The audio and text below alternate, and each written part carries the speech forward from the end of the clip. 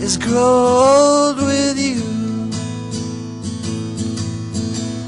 I'll get you medicine. I think maybe one of the saddest statements that one person can make to another is, I want a divorce.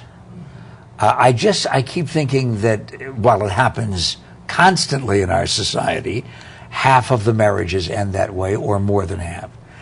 It is nonetheless sad, and I think that it's also sad for Jim Duzak, who is an attorney at love and the author of Midlife Divorce and the Rebirth of Commitment.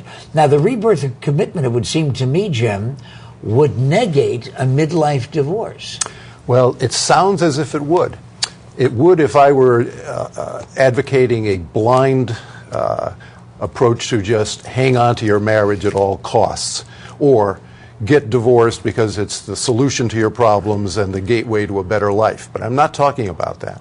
What I'm saying is that I don't so much believe in marriage per se as I believe in good marriages. If you have a good marriage, you should hang on to it. You should treasure it. If you have one of the relatively small percentage, and I truly believe that, relatively small percentage of marriages that are truly hopeless, then you should be putting your commitment, your energy, into living a life beyond your marriage. But if it is a relatively small percentage that you would deem absolutely hopeless, why is it that half or more than half of marriages in America end in divorce? Well, I think it's because people give up too easily. People they get stuck.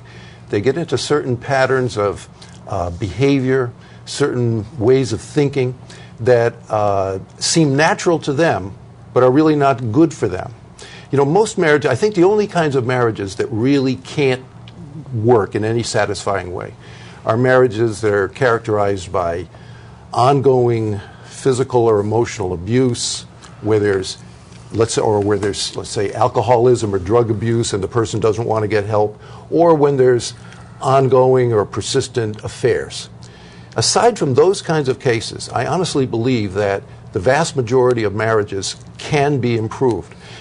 I think the biggest single thing is that people are afraid of conflict because they associate conflict with knockdown, drag-out fights, or where one person is having a meltdown and the other person is going into a shell.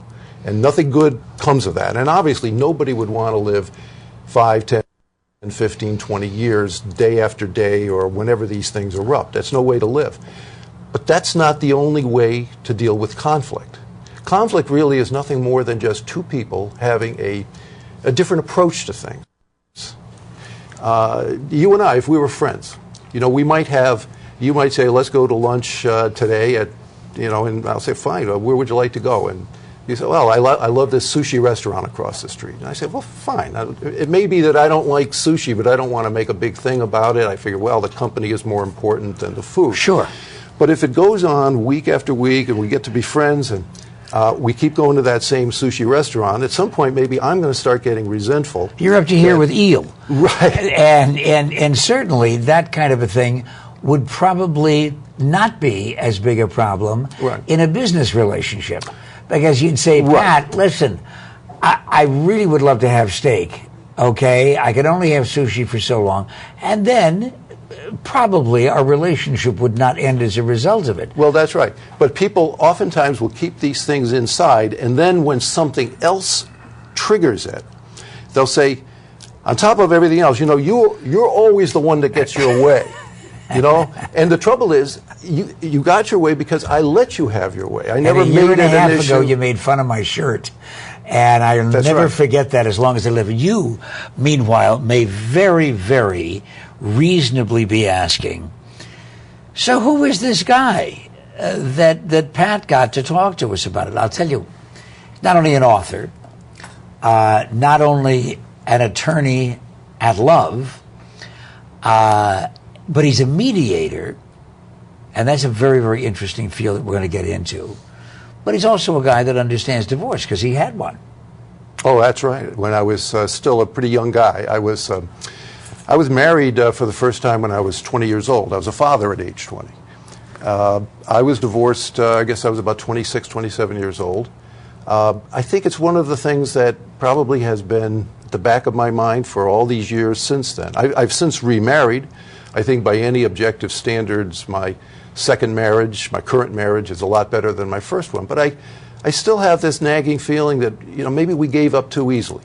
Maybe we were two young people who just couldn't figure out how to resolve our differences, and we threw in the towel. And the main problem, it wouldn't have been so bad, but we had a daughter who, at the time of our divorce, was 6 or 7 years old, and she eventually came to live with me. Originally, she went to live with my former wife, but we had a voluntary change of custody.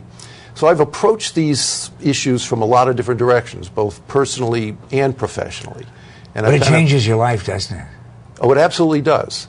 And it changes your kids' lives. And I'm not saying that people should necessarily sacrifice their happiness for the sake of what they think their kids would want. Oh, let's stay together for the kids. Oh. That's often a mistake, because a lot of times the people who do that will eventually have to tell their kids, maybe when the kids are 18, 19, or 20, that, well, your father and I have really, been a problem for a long time. And then what happens? The kid feels that this so-called happy childhood was a fraud. We stayed together all of these years for you. Oh, man, talk about heavy albatrosses around your neck.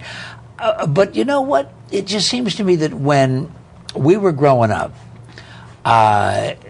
then divorces somehow felt differently than when our parents were growing up. I'm going to be getting into that in just a moment, about a different attitude about divorce. And are we healthier now than we were when our parents stuck it out because society expected it? We're talking with Jim Duzak. Advice from the Attorney at Love. And the name of the book is Midlife Divorce, The Rebirth of Commitment.